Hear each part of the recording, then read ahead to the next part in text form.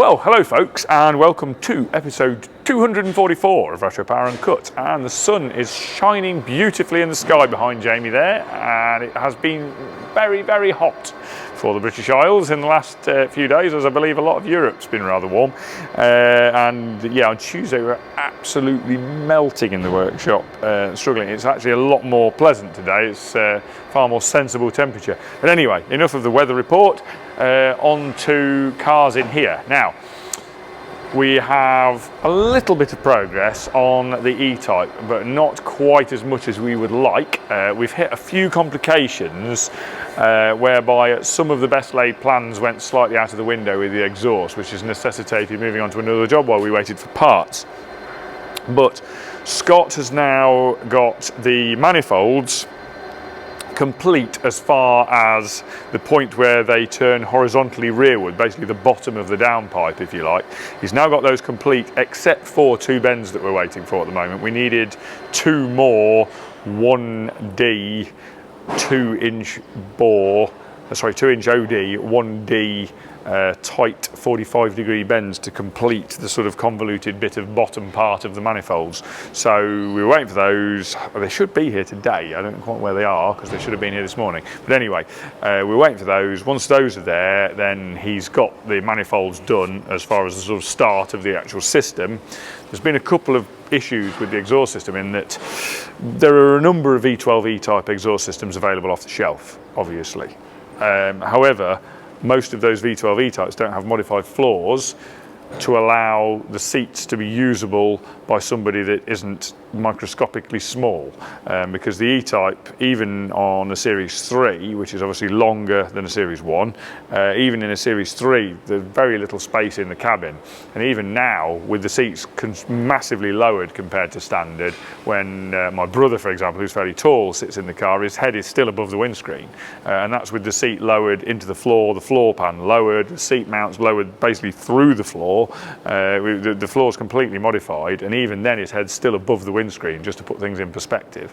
So they are a very small car, and the problem with all that seat lower is it compromises exhaust space. So we've really been walking a tightrope to try and get that in, and one of the complications is the boxes that we thought would fit basically don't fit, and we're actually going to have to modify them. We're actually going to have to, we've decided now, for a bit of toing and froing and scratching of heads, we're actually going to modify the exhaust boxes and pocket the exhaust boxes to fit around various components, which is quite an extreme move, but we can't really think of any other way of doing the exhaust and getting enough silencing in. Yes, I mean, if we didn't need any silencing, it'd be dead easy, but we're trying to make this reasonably civilized, and in order to do that we need a reasonable amount of silencing. So we are actually going to, rather than making the silencers from scratch, which was one of the options, we think we're going to actually modify the silencers to have suitable clearance around basically where the seat mounts are. So that's the next phase on that. But Scott has briefly dropped off this because we was waiting for parts to do a bit of work next door, which I think Cal will touch on when he takes you through what's going on next door, because there's a bit of finishing, there's a bit of exhaust work to do in there, so Scott's picked that up now. But yeah, he's been having a bit of a battle with this, so not the greatest stride forward we've ever made on something, because there's been an awful lot of head scratching, working out, trialing pieces, working out how to do things. It's a really awkward exhaust system. It was always going to be, and buying an off-the-shelf one was simply going to line us up with a load of disappointment, so of things that didn't fit. So we've elected to make it ourselves, and it's still been quite challenging. So that's where we're at on E-Type. Wasabi, I am going to hand over to Bobby and let him take you through again, because I want to get a bit more variety into the video, so it's not just me talking to everybody all the time, and I think Bobby does a very good job of explaining what he's doing, how he's doing it, and giving you a little bit of an insight that isn't just via my eyes. So over to Bobby. Hello everyone, welcome back from the workshop. So we picked from last week. From last video, I just started doing these infill bits here at the corners. So we end up having double skins, one skin on the outside, one skin on the inside. Funny thing happened is both skins on the inside and outside, they meet at the end, but then, and they kind of boxed in to the inside of the A-pillar, but then they create a void under the scuttle panel. So I had to do a little infill bits kind of here somewhere to to close that little void, otherwise it will be air going or fumes from the engine bay eventually going in that void and in the cabin. So that's all sorted, it's all being welded and all prepped and all that. The next bit is the big panel which joins the screen aperture, so it's just a return flange on the bottom of the windscreen and joining the bulkhead as well. Again, another tricky bit because this is very nice curved windscreen, very curved actually, but then the Audi's bulkhead is very straight and square, and yeah, so joining both of them is a bit of a story. But yeah, so I started with this template, and as you will do, so that's where the windscreen follows as the shape of the bulkhead. So it sits on an angle, you know, you've got a return edge, a return here as well, which I miss here, you know, in the corners, you know that. So yeah, I'm nearly done with that bit, that's out of metal. The difficult bit now is I do this out of 16 gauge in metric 1.6 mil, so it's quite thick for this, but the way this is joining the bulkhead to the A-pillar is, if you look at the camera, is kind of angled, so it will tend to flex eventually. If it's 1.2 mil, you can go 1.2, you can go even 1 mil for places like this, but usually the bulkhead is finished where the bottom of the windscreen is, so you kind of don't have that big transition and that big leverage to act on it. So that's extra thick piece of material now to join both bits.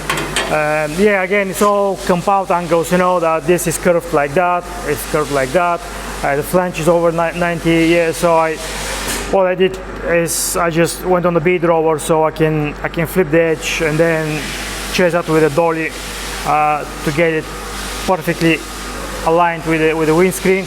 Again, you need that to be perfectly aligned with the windscreen curve, because if you put it and you start clamping it, the windscreen, actually the scuttle panel is just 1 mil thick.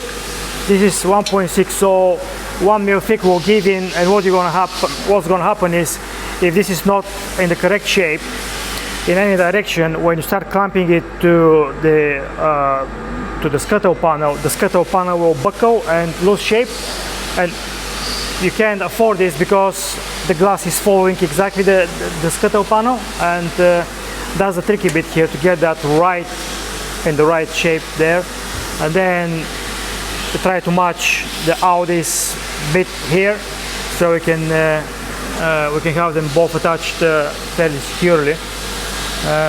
So that's what I've been, and I'm hoping by the end of the week I will finish that panel. Apart from that, I think we're golden, and we are nearly done with probably with the majority of the metalwork. So yeah, we'll see more progress very soon, more interesting progress. Thank you very much, and I'll see you next time. So thank you for that, Bobby. And moving on from Wasabi, we will briefly touch on the E9, but there's not a huge amount to report further to last week on the E9. I can't exactly remember, having not watched the video back, because again, house move and chaos going on.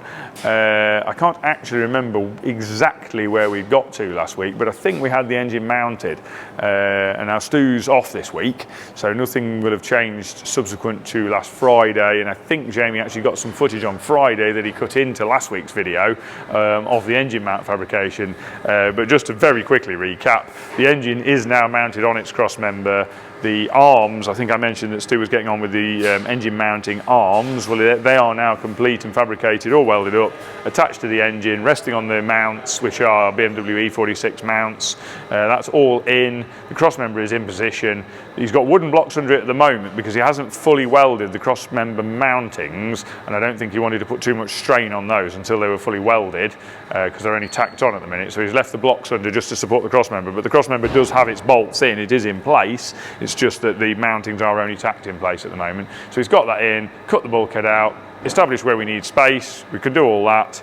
we're going to have to kind of make up the pedal box arrangement from scratch, probably using an off-the-shelf pedal box, but the way it fits to the car we're going to make from scratch. That's not the end of the world. Everything else fits really, really well. Got solutions to all the problems, really happy with how that's looking. But yeah, this week you won't see much change because Stu is up in Bonnie, Scotland, somewhere around Montrose, I believe. So yes, we'll park that one there for this week. I have done a few minutes of work on the scimitar. However, I have done a few minutes of work and then bumped into another problem, which is that there was a bit of a mix-up on material thicknesses. Is probably the best way to describe the problem. And the tube which I have to do the modification to the top rail on the chassis, the top tube on the chassis, is the incorrect thickness. So I am awaiting some more tube. So that is why, and I cannot do any more until I have the piece of tube to do this side. Because once I've done this side, then I can do the other side. I can only do one side at a time because it involves this top rail moving slightly. As I release this, I've tacked supports in, but it will spring a little bit when I release it because of the welds pulling. So I then need to be able to put this back in the right place again before I do the other side. Then I can do that one. That one will spring. I can get that pulled back into the right place, then do that one. So there's a bit of a sequence of events that I've got to follow, and I can't start on the bottom chassis modifications until the top tubes are done. So there's a sequence of events I've got to follow with all of that, and I'm stopped on that because I'm waiting for the tube, which I should hopefully have tomorrow morning. But at the moment, that is a stalled process. So that's where we're at on that one. I'm not, in the scheme of workload, I'm not too upset that that's stalled briefly because I've got Matt's keeping me quite busy on the Aston and all of the various work involved in that. I mentioned Scott pulling in some bits of exhaust work, and he's literally there doing some of it now. He's got the TIG in action now. I'll let Cal explain what that's for in a little bit, but that's ongoing there. And then, yeah, final thing in fabrication shop for this week is the Aston, where there's been a lot of progress. Matt's been cracking on with this, and as I say, I've almost been struggling to keep up with his rate of progress, really, in terms of planning stuff. But he has the rear bulkhead complete. He's made all of that. You'll notice there's a large bead that we've put across that, and that was actually a dual-purpose bead. It was quite a neat solution to a slight problem, in that with the way the rear subframe carrying structure of this car fits, so it's not really a subframe, but basically with the way the rear suspension mountings fit in this car, there was a little piece of one of the laser cut sections that stuck very slightly proud of the plane that the rear bulkhead needed to go in. But I also wanted to add a bead across that rear bulkhead. There's a fold further up, which is where the boot floor coincides with the bulkhead, so that puts a natural strong point in there. There's a strong point at the top where the rail for the parcel shelf goes across, but I wanted to put another reinforcer across lower down. And conveniently, that was about where this little piece of the rear suspension mounting stuck out. So we elected to put a bead in. So we fired up the Pullmax, which isn't a Pullmax, it's a Henry Pells, but we fired up the big nibbler and put a nice big bead in there. And again, it's not something that Matt has used a lot here. His old place at Leaping Cats, they had a couple of Pullmax machines which they used. They didn't do much beading and louvering and that sort of work with them. They used them generally for cutting. They used them generally as shears, which was one of the original design intents of those machines. They were never really designed for forming, although they could do it. Their primary uses were for circle cutting with a nibbler attachment, and for shearing, using two pieces of square bar, hardened high-speed steel square bar, and used as a vibratory shear. There's a manufacturer of them called VibraShear, funnily enough, that made those machines as well. But anyway, I digress, as I usually do. Matt's made up we cut out some, we drew up and cut out some, on the CNC plasma, some end profiles to tack weld into a piece of 4-inch mild steel 16-gauge tube to basically simulate a prop. Obviously it won't have a 4-inch diameter prop, it'll probably be a 3-inch-ish diameter prop in this. Again, we need to see what the GKN calculations say for what the prop diameter needs to be, but we figured that if we put a 4-inch in, That gives us a little bit more clearance, and then we're working on clearance around that. And as you can see, Matt's now, well again, Matt did a bit of cardboard aided design. I then did a little bit of CAD work and came up with a little drawing that we then CNC cut to generate the shape to surround the prop, to make the little bridge section that surrounds the prop. And then Matt's got all that welded up in place, done the cutouts in the box section and got all that in place, welded everything in, and that's all come together really nicely. That's looking really good. He's got the floor sections done, and he's just about to start on making up the transmission tunnel cover section for the centre. The upper boot floor section's in, so the back end sheet metal work's starting to come together. Really the next phase on this is to get some wooden blocks in there, get the seat propped up and in position, and then work from there on working out how we're going to put reinforcing things in, how we're going to put the chassis rails in, all that sort of stuff. So yeah, coming together really well. And that's about that really for the Aston. I'll refer to body shop from here rather than walking into there. In the body shop at the moment we have a job from down at the Den actually, from an existing customer whose Lexus IS300 wagon is at the Den for a sort of a mechanical refresh and recommission. It's a very nice car actually, very clean, very tidy car, and it's just going to be a workhorse car for him. And he just wants it recommissioning, basically all new brakes, all new wearing parts on it, just a full recommission.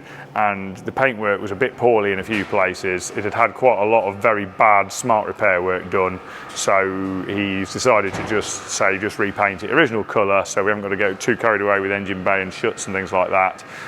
Just a nice refresh original colour, make it look tidy. So that's what that's in there for. A couple of little stumbling blocks in that we found a tiny little bit of rust around the windscreen, nothing that's going to need welding, but it could do with being blasted out very carefully, spot blasted, to get it clean. And in order to do that, we've got to take the screen out. So the screen guys from ABC Windscreens in Hinckley have just been out this afternoon to have a look at it, to try and quantify exactly what screen it requires, because there's quite a few variations apparently on the screen. So they've been out, but Gaz is getting through the prep on that now, getting that towards the point where it's going to be approaching ready for paint. It's not quite there yet. He's done all his spot primes on it. He's getting towards the point where it can go for sealer and paint, but I think he's just gradually getting all the other smaller parts prepped while we're waiting for the windscreen to get cut out, which will hopefully be tomorrow. Once they've actually got the new screen to hand, then they'll cut the old one out. So that's progressing nicely. This week it's a slightly short video. I'll apologise in advance, although some people might welcome that. It's a slightly short video in that myself and my brother and my dad are all away. We do a little trip away each year with my dad, just as a sort of a nice thing. We don't get to see that much of each other, so it's nice to see him. And we're off up to North Wales actually on Friday. For a sort of a long weekend, and so we're trying to get the video in the can, so to speak, slightly early. So we're doing this video on Wednesday afternoon, so hence we're already only half a week, and as I say, there's been a couple of little hold-ups in here that were unusual for us to be held up on things like we have a bit this week, but that's as things are, warts and all. You see what happens as it happens. So on that note, over to Cal. I'll let him take you through the assembly shop.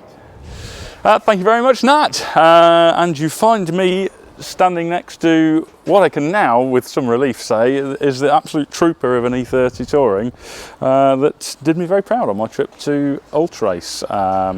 So myself, George and Luke, and George's friends, well, brother Joe and friend Adam, all road tripped out. They went in his Toyota Land Cruiser. You'll have to excuse if there's wind noise on this, because I'm very aware there's wind blowing across this, which might be a bit noisy. And I went in this with my wife Caroline, and we did a bit of a road trip. So we went from here to Dusseldorf. We got to Dusseldorf around sort of sunset on the Thursday. Had a bit of an evening out in Dusseldorf. Friday morning we went to an awesome place called Classic Remise, which is this amazing old locomotion service shed that's like a semicircular shape just outside Dusseldorf, with an amazing collection of cars inside. Had a look at that. There was also a sort of classic car rally passing through. That was obviously a checkpoint for it, so that was amazing because there was some really cool stuff there, all Bugattis and blower Bentleys and all sorts. Then long old haul over to Wrocław in Poland. So we got there reasonably late, had a meal out in the city, and then the show was on the Saturday, Sunday. Saturday, I will say, and I said this on an Instagram post, that there was a little bit of lacking organisation, which led to some big queues. I know they were getting a bit of bad press, shall we say, on social media for that. And yes, it wasn't great. We queued for 3 hours in blistering sunshine to get in, and then there were shortages of water and various other things. However, by the afternoon, and it had quietened down quite a lot, it was a lot better. And then the Sunday was absolutely faultless. So well worth going, awesome show, incredible array of cars, incredible setting as well, the beautiful city. So we had a nice time out in the evening on the Saturday night. It was my birthday, and we went to the Night Experience, which was basically a nightclub playing Polish techno, which is definitely my kind of thing. So we had a great time there. And then on the Monday we headed back to Cologne. Had an evening out in Cologne, which was also great. Lots of meat and beer consumed literally at all of these destinations, and the car was pretty much spot on. It had an oil leak, which I basically knew it had anyway, so that got a bit worse, but not so much so that it was causing an issue. And other than that, it was pretty much completely faultless and just cruised along. So yeah, what an awesome trip. And I don't know what trip am I going to do in it next. Maybe Le Mans Classic next year. But yeah, looking forward to some more road trips in that. Right, moving back to the usual stuff. Project 1, we talked about the fact that this was back to have the throttle linkage and idle control mods done that we'd done on its sister car, Project Kuma. That's now been done and tested, and that's all working great. And the other thing we wanted to do on this that we'd changed on Project Kuma was that when we were testing that car, we noticed that it was struggling a little bit in terms of alternator capacity when it was at idle, when the electric air conditioning was kicking in. And although the alternator should be capable of the sort of current we were hoping for, it was that the RPM was too low, so we basically machined a larger crank pulley for it to spin the alternator faster.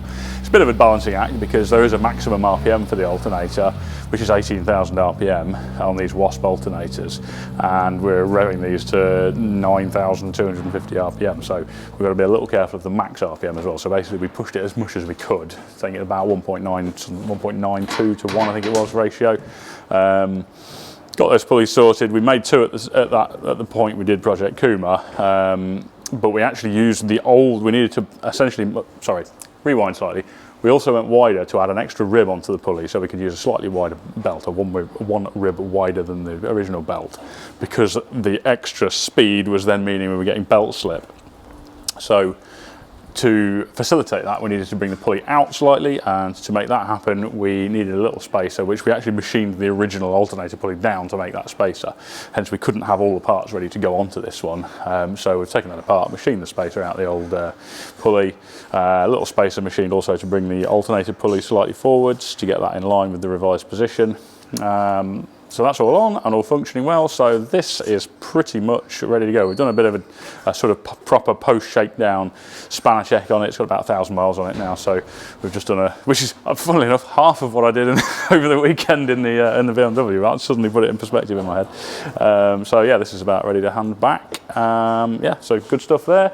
And this, very excitingly, drove round the yard. So Alex carried on with the work he'd been doing on the idle control valve, getting all the initial calibration in the ECU such that we can actually just run it, rev it, drive it under small amounts of load, because what I want to do is kind of shake it down a little bit, just test all the gears, clutch, brakes, etc. before we take it to the rollers for its full load mapping session.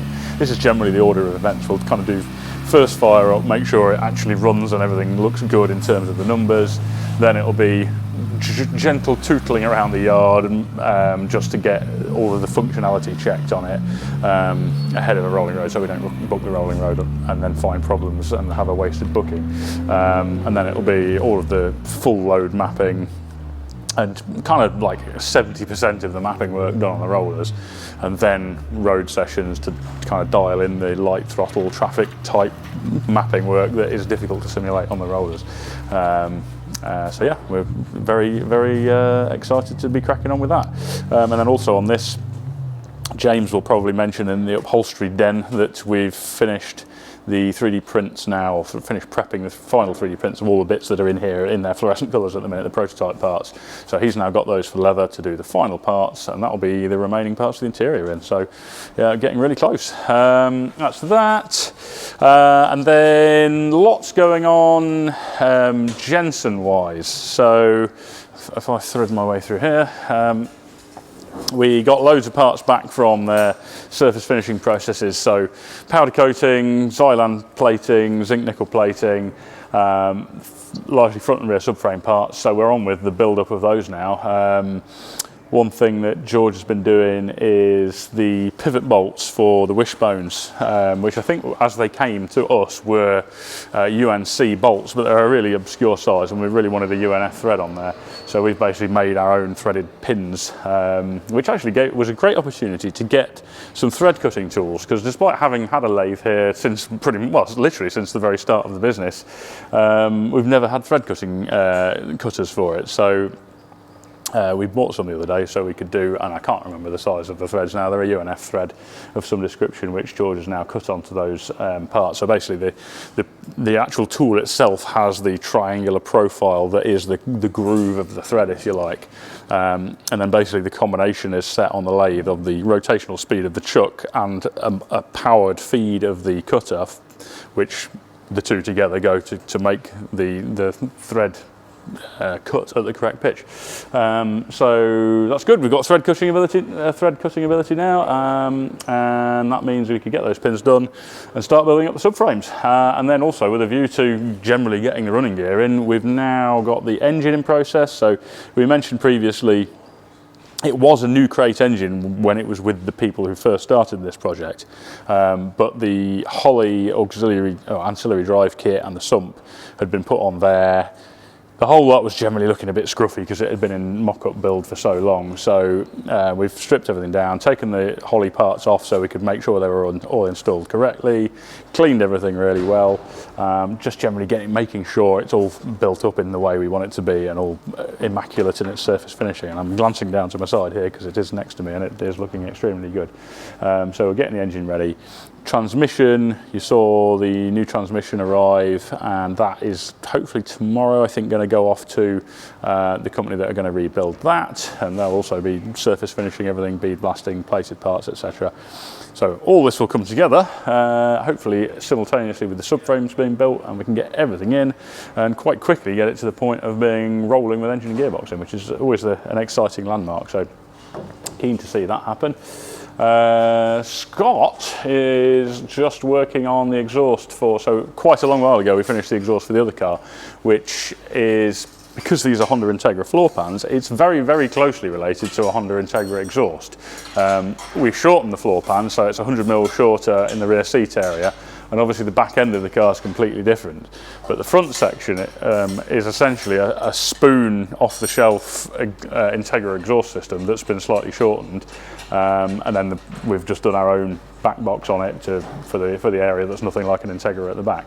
However, when we went to order those systems, a company we got them from, I think would be Tagawa Imports, only had one spoon midsection. So we had the second one on back order for ages, hence we've only just received that, so we're just doing the work on that to finish off the exhaust system for this car. Because Scott's in the zone for exhausts, as you probably will have already seen on the E-Type. So that's that. Churchill, it's just a mammoth amount of 3D printing going on for this at the minute. So we're printing all of the three-dimensional door card sections. I think we're almost all the way through all of those now. We've got a CNC router, the roof, wooden attachment points for the headlining. We've got to do the 3D prints for all of the interior sort of roof framework, which are, again, they're well through. I think we're probably on the final few now. So we're just trying to get to the point where we've got all those bits together, and then James can jump on this and just hit all of the interior uninterrupted for quite a long while then. So that'd be really nice to see, a really transformative bit. And then speaking of transformative bits on this, the plating batch, I'm second guessing this because obviously I've been away a couple of days, but yes, has gone to Derby Plating. So the first batch of parts for polished copper finish have all gone away to get their finish, and I think they will have gone away with all the bright work off the Interceptor, because I think we've sent both batches together, so all the chrome and stainless work for the Interceptor along with the first batch of all the copper plate parts for this. So yeah, that's something. I say I'm excited about this way too much because I am, but I can't wait to see all the copper go on this simultaneously with all the interior starting to take shape. It's just going to look absolutely sensational. And then behind it, the XJC Project Portofino, which is looking absolutely awesome. Gutted that I didn't actually get to see it moved around into here because I got to see it in the sun, and I know that colour looks absolutely stunning in the sun. But what an awesome shape. Every time I see these, when they're like this, without all of the excessive chunky chrome bits and vinyl roof that the original had, you just get to see the purity of the shape, and they're just such a good shape. I just don't think they never went through that phase, in my opinion, where they looked like horrendously dated and you know, unattractive. They've just always looked stunning. So yeah, can't wait to get on with the build of that. And then behind you, if I sneak past here, Camaro. So Gibbo's been on with spanner check stuff on this. He's had it on the ramp, done all the underside spanner check stuff. He's going through the interior now, doing any of the safety critical stuff, seatbelt anchorages, that sort of thing, tidying up a few bits of wiring, etc., that hadn't been fully finished in there. All basically moving forward to the point of getting the instruments in, getting the warning lights in, getting the rest of the interior in, firing it up and doing smoky burnouts. So yeah, we should be at that point very soon. I feel like I've forgotten something, but probably not. Jamie, have I forgotten anything? I don't think so. He doesn't think so. Okay, good. In that case, I'm going to hand over to the CAD guys to see what's going on in the CAD lair, although they've been away with me, so probably not that much. Hello, Retropower viewers and moustache haters. Welcome back to the CAD Coliseum. And very short update from us this week, so we've literally only been back a day. We got back from Poland late Tuesday and back in work early Wednesday morning, obviously. Poland itself was awesome. I don't know if Cal's already spoken about it, but only let down of the entire weekend was the organisation of Alt Race on the first day, but that was completely made up by the fact that the curation of the cars itself was mega cool. I got to see loads of cars which I've only ever seen exist on the internet in person, and all of them were super nice. That on top of the fact that Wrocław itself, the city that it was held in, really just turned into a Forza map whilst you were there. It was awesome. Nothing like I've ever experienced before. And then obviously road tripping with these idiots was awesome as well. So I had a great time. It was good to be back in work, but I do miss it already. Now on to work related stuff. So I've been continuing with the manufacturing of Churchill door cards, pushing through with the carbon prints, kind of balancing that with a lot of the prototyping that I've also got to do. We're rapidly reaching the maximum capacity of 2 printers at the minute. Reached. So just behind where Jamie's standing, there is a bunch of bits being bonded together. I also mentioned that the last week, I've mentioned that last week, I don't need to talk about that this week. Then also yesterday I prototyped the revised AC compressor mount for the E-Type. We changed that just to shift the mount location a bit higher. This allows Nat to run the oil feed pipe basically through the middle of the belt run so it doesn't collide with the belt itself. That looks like it's going to work perfectly. We're just going to wait for the engine to come out so we can triple check everything, get all the oil lines in, make sure everything is fine, and then we can get that machined. Same with the the alternator mount that I think I touched on last week, but I don't think I had prototyped it and put it on the car by the end of last week's video. I'm not sure, but either way, that also looks fine. I've had Nat look over that and he's really happy with that as well. So again, when the engine comes out and we check everything over, that can also be machined and done as a final part. And then yesterday, the first new job that I had when I came back was to do with the Camaro. Not a massively in-depth one, but an important one at that.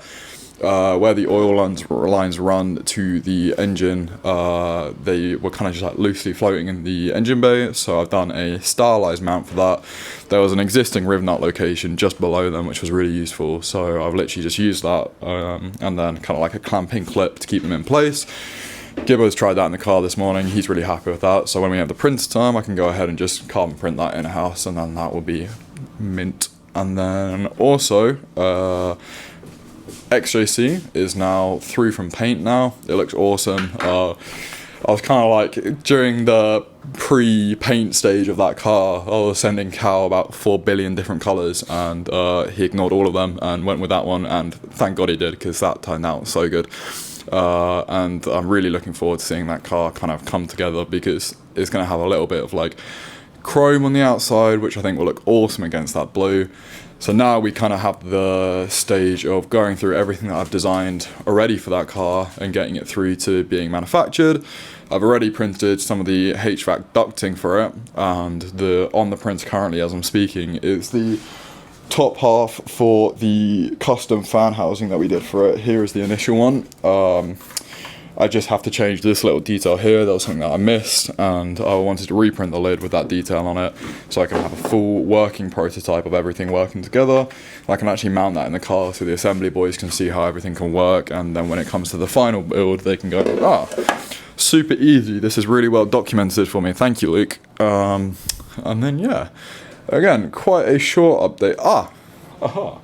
The other thing I've been doing is down at the Den, the 500 SEC, they've done a really cool job now of matching the intakes from one side onto the other, so now it's dual intake, how fancy.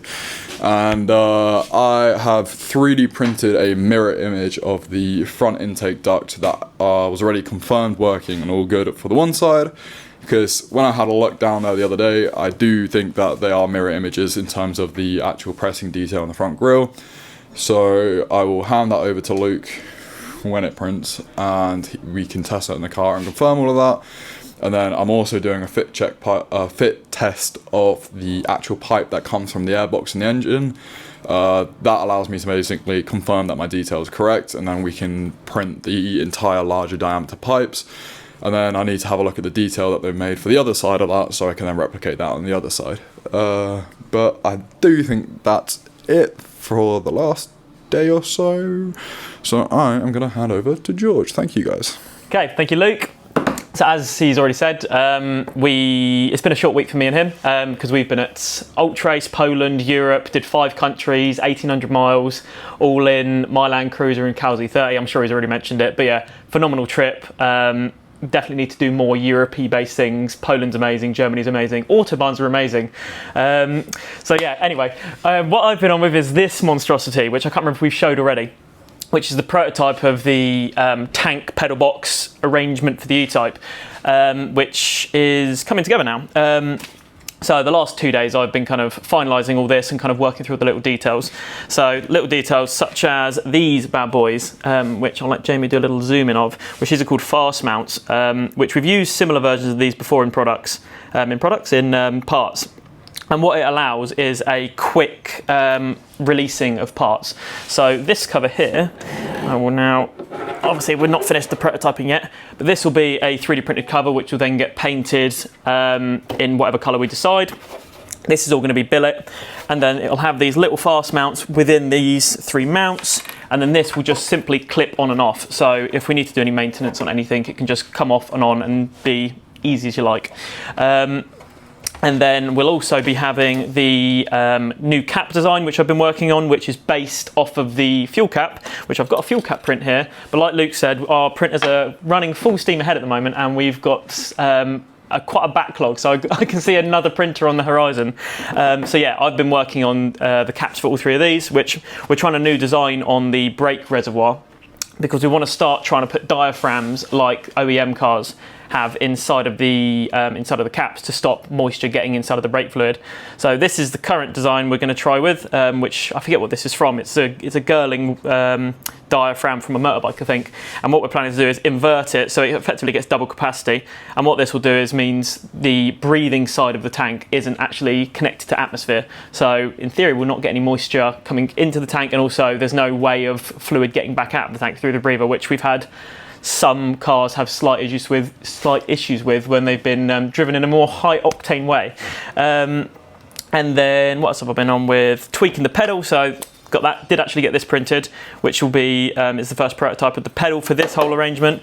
So I've already talked about it a million times, but pedal box, tanks, all in one kind of unit. Got some air gaps and different things, and then this will sit simply in there on a shoulder bolt with bronze bushings, master cylinder, all that good stuff. I'm sure you're bored of me talking about it, so I'm not going to talk about it anymore. And yeah, I think that's what I've been up to for the last 2 days. Hopefully next week, or to be fair, maybe to the end of today or tomorrow, I'll be able to get the rest of this printed and get it properly tested in the car. And hopefully it will just fit and work and be great, but we shall see. Anyway, I'm going to hand back to Cal, and yeah, thank you for listening. Thank you very much, CAD guys. And let's go down to the den and see what's going on down there.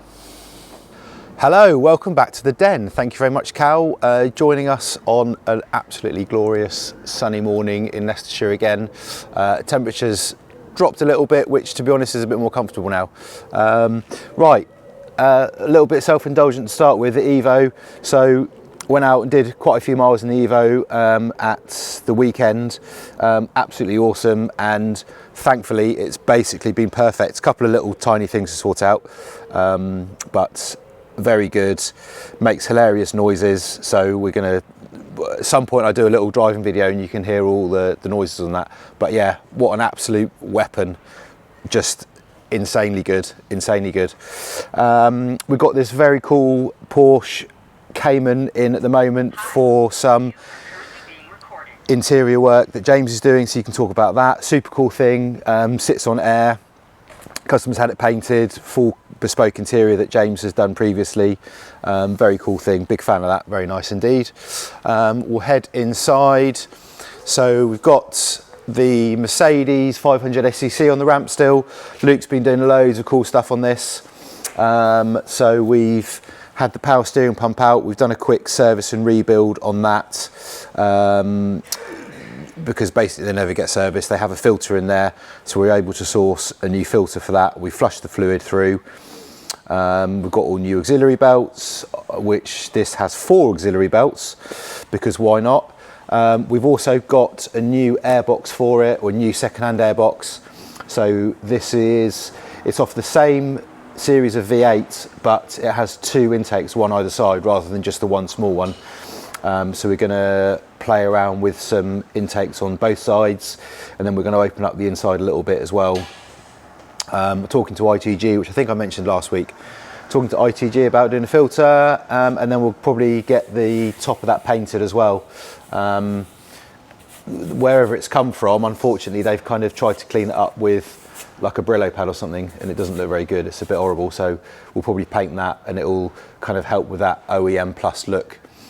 Which will be a really nice finish under there. We've got a new header tank on. Luke's been doing some water hoses. We've got new coolant hoses, and there's a battery tray, new battery tray, because like most old cars, it was all rotten and corroded. So the most straightforward and the cheapest option was just to put a new one, which we've done. And we've got Bilstein dampers have arrived for this. We're still waiting on the springs, they're on the way. We're going to use H&R springs on this, which we get from our friends at Octane Distribution. So big thank you to Nathan at Octane Distribution for those. James is continuing with the interior. I mentioned last week about having the wood veneer redone. So that is still waiting to go, because when we got all the centre console out, where over the years it had different things fitted, it had all that radio system and the audio stuff fitted, basically it being completely butchered, and was tricky to kind of recover from that, because it was so bad, to basically put it back to more standard. So we've actually got a new centre console coming, which is going to come with all the wood veneer, switchgear, and even an old Becker radio, which is quite cool. So we're going to wait for all that to arrive, and then we can look at the wood that we've got and kind of choose the best bits to then take over to Martin Bespoke and get reworked. So that's all in progress. So yeah, loads of good stuff on that. That's the gearbox, which I'm going to talk about another time. Won't get into that right now. So over here, the Stratos is uncovered again. Cal's going to be coming over, tickling some bits on the Stratos. We've got the 996 on the 4-post ramp, so we're doing the inspection on that at the moment. Not an awful lot to say on that at the moment, more than I already have, but we're getting on with that nicely. We'll come around this way, so we've now got all the bits for the CSL. We're waiting on some different hoses, so they are here. Thank you very much to BG for those. So that's basically done. We just need to do a road test. And thank you very much for all your feedback and your comments. We shall be doing a special little feature on M3 and 3 series with a certain red E30 Touring, the E30 Evo 2 and the CSL. So stay tuned for that. It'll probably be 2 or 3 weeks away, but we're going to do a little special episode for that. Suzuki Cappuccino. So Owen's been cracking on with that at a pace. So we've got the bumpers, they're aftermarket bumpers, pre-painted by the customer. They're dry fitted. It's got a rear carbon valance, which we've just been playing around with to get fitting nicely. There's a cutout for a fog light and reverse light, so we're just going to figure a nice solution to have a single unit for the reverse and the fog in that. And then we've got the little wing, the kind of lower wing sections, which we're dry fitting. They'll go and get painted. And we have, quite excitingly, we've got a brand new crate engine, which has come via Caterham. Because this is the same engine they fit in one of their models, I think like the Sport 160 or something. Someone will be able to tell me whether that's correct or not. And a gearbox as well. So this is essentially the same as the engine that's in the car, albeit updated. But I mean, the 2 of these delivered on a pallet, completely brand new with ancillaries, is so unbelievably cheap without making it sound like it's cheap. It's a brand new engine, but it's so cost effective, it's just not worth anyone trying to rebuild and refinish the engine that's in the car. So the customer bought that directly, had it shipped here. So we are just working towards getting the gearbox bolted onto that, and then we can dry fit that into the car, see where we are with everything, and then in due course we'll be looking at what we're going to do with the harness. And also an ECU, just see what we can do with those. But I mean, this even comes with engine mounts. I mean, it's that complete. Got engine mounts and everything on there. So that's all quite exciting. And then behind that, we now have, sorry Jamie, we have the dead Peugeot corner. So because basically the Evo's done, I thought, well, why not buy another car? So I bought a 205. Some of you may be aware I have been involved in 205s previously, and when they're well sorted, just absolutely just so good to drive, hilarious, steer on the throttle, and you can make them less snappy as well, so they're not complete death traps like they were back in the day. So yeah, dead Peugeot corner, both in Miami blue. Obviously Cal's 309 looking slightly tidier because it's painted, but his doesn't run and mine does run and drive. Might not have any brakes, but that's irrelevant. It runs and drives. And Cal's doesn't even. Mine's what? Yours is religious. Why is it religious? Because it's holy. It is holy. Yeah, I wasn't going to mention that, but thanks, mate. It does have holes in the boot floor from rust, but you know we don't need to talk about that. I'm glossing over that. So you've probably seen as we walked around, and Cal's teased it on the socials on Instagram, the Metro Turbo. The MG Metro Turbo from 1984, this is a Mark 1. So as a lot of you have already figured out and spotted, the keen-eyed viewers, this was indeed subject of Johnny Smith's late break show. They went to the house of a chap who'd passed away, and he'd had this, I think, I can't remember if he'd had it from new or certainly very early in its life. And he kind of cosseted it, and it had been in his garage off the road since 1992, and looked after it. It's only done 36,000 miles, exactly 36,000 miles. And so off the back of the video, getting my names mixed up, Richard Porter actually bought this because he's a proper BL nerd, loves these, so he actually did a deal with the family and has bought it. He's brought it to us to do our full inspection and to recommission it, get it back on the road, have it reliable, have it on the button so that he can use it for shows. He can take it to when they go and do their live shows for people to go and have a look at. It's remarkably good, actually, I have to be honest. Clearly it's going to need a lot of work to get it back on the road and have it running. Johnny did get it running in the garage of sorts. I think it was probably running on kind of 2.5, 3 cylinders, but it was running. So we know it essentially will run.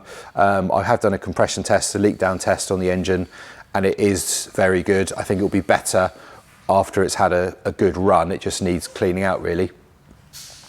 So it will need brakes looking at, it needs the fuel system looking at, the cooling system looking at, and just kind of reviving those really, so that it's going to be reliable for Richard to be able to use. There's loads of cool little details which Jamie will just do a little B-roll footage of. The interior's just like a time warp. It's so good, and remarkably there's almost no rust on it. There's a little bit of surface rust here and there. There's some little patches of surface corrosion underneath it, but overall, I mean, it's remarkable, absolutely remarkable. And the reaction that Johnny's video has had has been incredible. So stay tuned, we'll do loads more on this, we'll do a deep dive on it, and in due course we're going to do a video, kind of like a revisit video that Johnny will do with Richard, and it'll be lovely to in fact go back and see the family where it came from so they can see it recommissioned in due course, but be a little while away yet, but we'll get there. I think that is it from me in here. So I'm now going to hand upstairs to Richard. No, I'm not. James. Richard's not here anymore. James. Sorry, James. James upstairs. Hi, welcome back to the trim shop. It's still me, not Richard. Thanks for that, Nick. So yeah, this week I've been started with the Fiat, the Barchetta downstairs. So patterns are made for that, so the rear area can come on. Vinyl should come today or Monday, so hopefully I can get that trimmed and finished, and that can go next week. And then mainly it's been the Porsche this week, so the green Cayman downstairs.